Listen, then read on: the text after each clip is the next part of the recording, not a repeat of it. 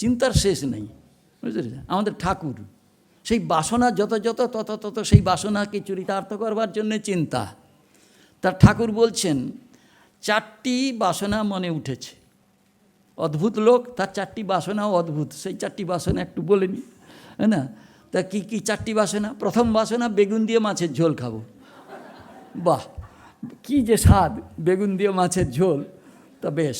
দ্বিতীয় বাসনা, শিবনাথের সঙ্গে দেখা করব। শিবনাথ আপনারা জানেন ব্রাহ্মণ নেতা, তাই শিবনাথের সঙ্গে দেখা করব। তৃতীয় বাসনা,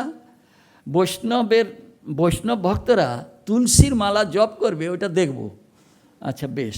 চতুর্থ, মা কালীর ভক্তরা 8 আনার কারণ খেয়ে তার নাম করবে এবং আমি দেখব, আনন্দ করব। এখানে বাজেট ঠিক করা আছে 8 আনা, বেশি হলে আর মা কালীর নাম বেরোবে না, অন্য কিছু বেরোবে।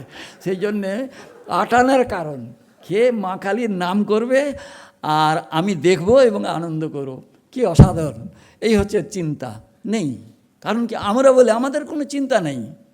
আমাদের যারা ধরুন কন্যাদায়গ্রস্ত পিতা, ওই মেয়েটার বিয়ে দিলে আমার সব চিন্তা শেষ, আমি নিশ্চিন্ত, বাস নিশ্চিন্ত, এরকম। কিন্তু ঠাকুর সাহস করে বলতে পারেননি যে আমার 4টে বাসনা উঠেছে, 4টে, আর কোনো একটা চিন্তা নেই, এরকম। কারণ কি, আমাদের মনটা ঘোলাটে, কত চিন্তা সেখানে পড়ে আছে আমরা জানি না। ঠাকুরের মন স্বচ্ছ, সেই স্বচ্ছ সেই নদীর জলের নিচে যেন 4টি পেবল, পাথরের নুড়ি পড়ে আছে। ঠাকুর বুঝতে পারছেন 4টি বাসনা মনে উদয় হয়েছে।